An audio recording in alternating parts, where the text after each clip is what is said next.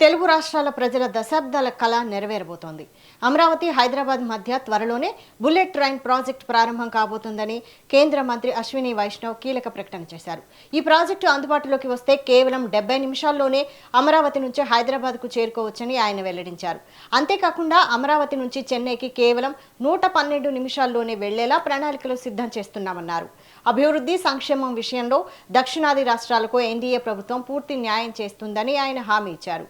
ఈ high speed రైలు కనెక్టివిటీతో దక్షిణాదిలో రవాణా వ్యవస్థ సరికొత్త పుంతలు తొక్కబోతోంది. కేవలం 70 నిమిషాల్లోనే హైదరాబాద్ నుంచి అమరావతికి చేరుకోవచ్చని తెలిపారు.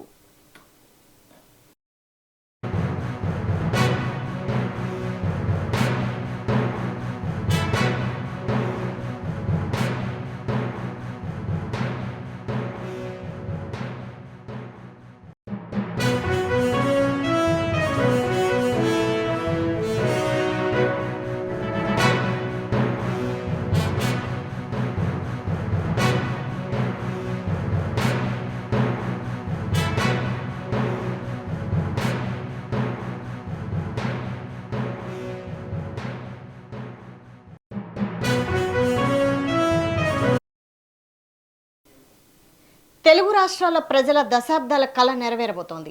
అమరావతి హైదరాబాద్ మధ్య త్వరలోనే బుల్లెట్ ట్రైన్ ప్రాజెక్టు ప్రారంభం కాబోతోందని కేంద్ర మంత్రి అశ్విని వైష్ణవ్ కీలక ప్రకటన చేశారు. ఈ ప్రాజెక్టు అందుబాటులోకి వస్తే కేవలం 70 నిమిషాల్లోనే అమరావతి నుంచి హైదరాబాద్కు చేరుకోవచ్చని ఆయన వెల్లడించారు.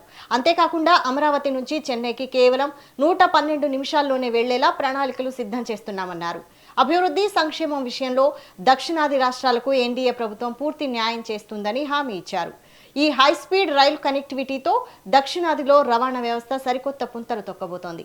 కేవలం 70 నిమిషాల్లోనే హైదరాబాద్ నుంచి అమరావతికి చేరుకోవచ్చని తెలిపారు.